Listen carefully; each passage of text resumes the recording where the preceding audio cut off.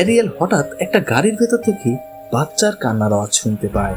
সে torch জ্বালিয়ে গাড়ির ভেতরে তাকাতেই দেখে সেখানে বসে আছে সেই একই শয়তান বাচ্চাটা।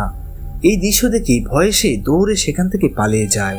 আর পালানোর সাথে সাথেই আমরা দেখি তার পেছনে দাঁড়িয়ে সেই জিনটা নিজের হাতে সেই বাচ্চাকে ধরে রেখেছে। বাড়ি ফিরে এরিয়েল মনের সন্দেহ থেকে ঈশার ফোনটা চেক করে বসে, আর সেখান থেকে সে দেখতে পায় একটা ছেলের সাথে ঈশার চ্যাটিং হিস্টোরি।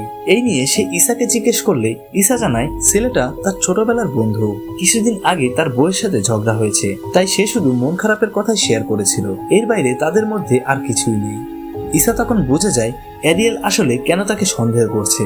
রাগে ফুঁসতে ফুঁসতে সে বলে ওঠে, ঠিক আছে, কালকেই আমরা ল্যাবে গিয়ে টেস্ট করাবো, আর আমি প্রমাণ করে দিব এই বাচ্চা তোমারই। এরিয়েলও রাজি হয়ে যায়। পরদিন সকালে দুজনে হাসপাতালে পৌঁছায়। ডাক্তার ঈশাকে পরীক্ষা করার পর যা জানান তাতে দুজনেই হতবাক হয়ে যায়।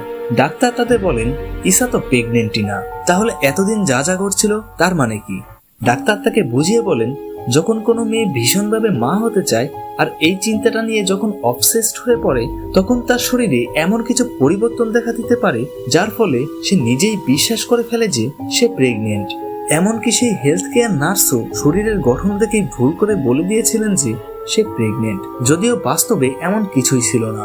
এসব শুনে ঈশা আরো বেশি ভেঙে পড়ে, আর এরিয়েলও ভীষণ অনুতপ্ত হয় বিনা কারণে ঈশাকে সন্দেহ করার জন্য।